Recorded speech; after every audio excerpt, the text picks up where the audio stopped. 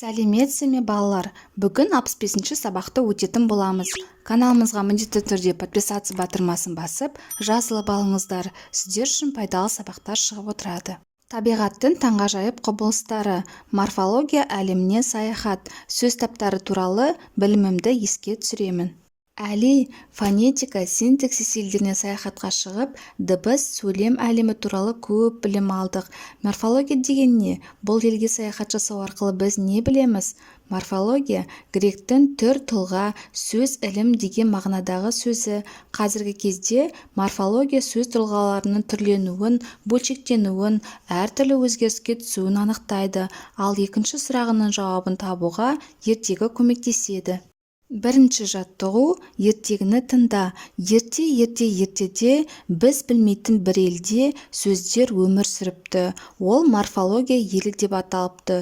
Дүниедегі сөз біткеннің бәрі сол елде бірге тату-тәтті тұрыпты. Күндердің күнінде сөздер бір нәрсеге келісе алмай, сен ұзынсың, мен көпшілмін, көп мағына беремін, ал мен бірақ мағына беріп оқшау жүргенді ұнатамын деп айтса жөнеледі. Мұны естіп қалған сол елдің ханы сөздерді мағыналарына, сұрақтарына, басқа да ерекшеліктеріне қарай топ-топқа бөліп тастапты. Сөздерді ұқсас белгілеріне қарай 9 топқа бөліп жеке-жеке ат қойыпты. Осылайша морфология елі 9 сөз табының ортақ еліне айналыпты. Тыңдалған материал бойынша пікіріңді білдір. Ол үшін қарамен жазылған сөйлемдерді басшылыққа алып, сөздердің сөз таптарына топталу себебі туралы өз ойыңды жазбаша білдір.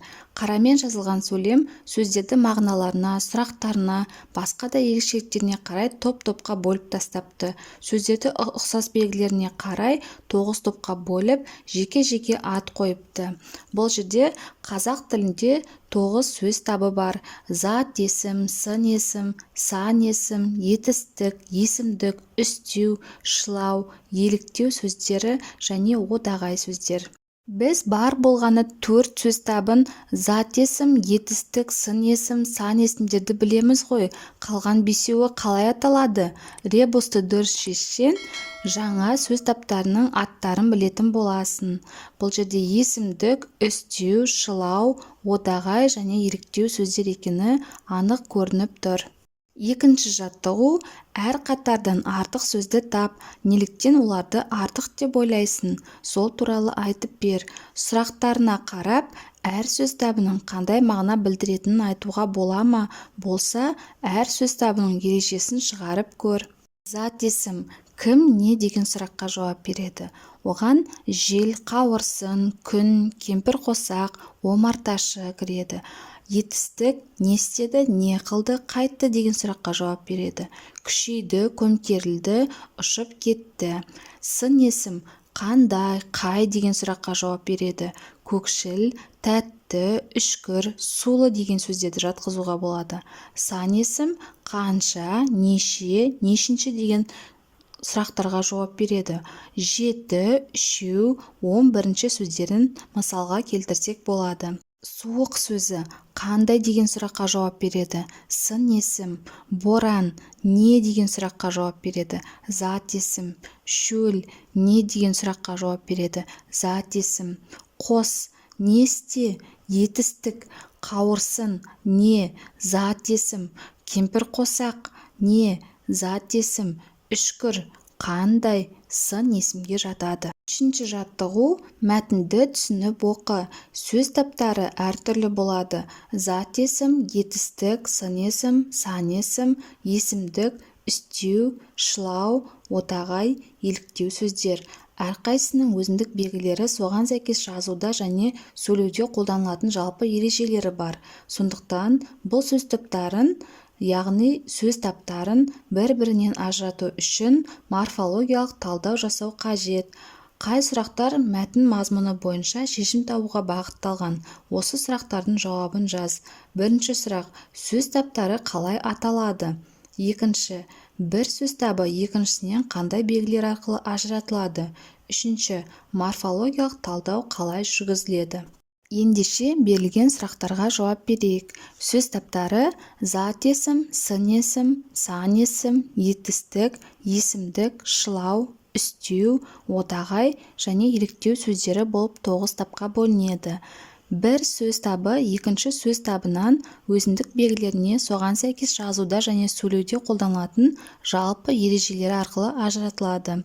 Сөз таптарын бір-бірінен ажырату үшін морфологиялық талдау қажет, ал морфологиялық талдау жасауға сөздің түбірі мен қосымшасын табу керек. Төртінші жаттығу: өлеңді көшіріп жаз. Барқыт тау, жасыл дала, зеңгір аспан, күміс көл, ерке өзен алып қашқан.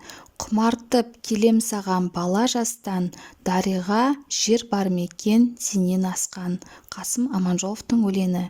Сөздерге сұрақ қойып, морфологиялық талдау жаса. Ол үшін өңір беттегі морфологиялық талдау үлгісін басшылыққа ал. Барқыт қандай сын есім, тау не зат есім, жасыл қандай сын есім, дала не зат есім, зеңгір қандай сын есім, не аспан зат есім, күміс қандай сын есім, көл не зат есім, ерке сын есім, өзен зат есім, алып қашқан етістік. Құмартып келем саған бала жастан. Бұл жерде құмартып келем етістік күрделі, саған есімдік, бала зат есім, жастан сөзінде жас. Бұл жерде қандай деген сұраққа жауап береді. Сын есім, дариға зат есім, жер зат есім, бар екен деген бұл жерде қандай екен. Сын есім, шылау, сенен есімдік, асқан етістік. Шығармашылық үзіліс. Бесінші жаттығу: керісінше жұмбақ. Сөз жұмбаққа сұрақтар жаз. Ол үшін оқулықтың соңындағы түсіндірме сөздікті басшылыққа ал. Көлденеңнен: ыстық және салқын ауаның қақтығысуынан пайда болатын жарқыл, найзағай. Күздің салқын түнінде шөп басында тұратын атмосфералық дымқыл шық. Ауаның біркелкі қызбауынан пайда болатын біркелкі құбылыс сағым. Тоңазыған дымқыл ауаның жерге, ағашқа, қар тәрізді болып ағып қонған күйі қырау деп аталады. Осымен сабағымыз аяқталды. Сабақ пайдалы болған болса, лайк басып, достарыңызбен бөлісуді ұмытпаңыздар.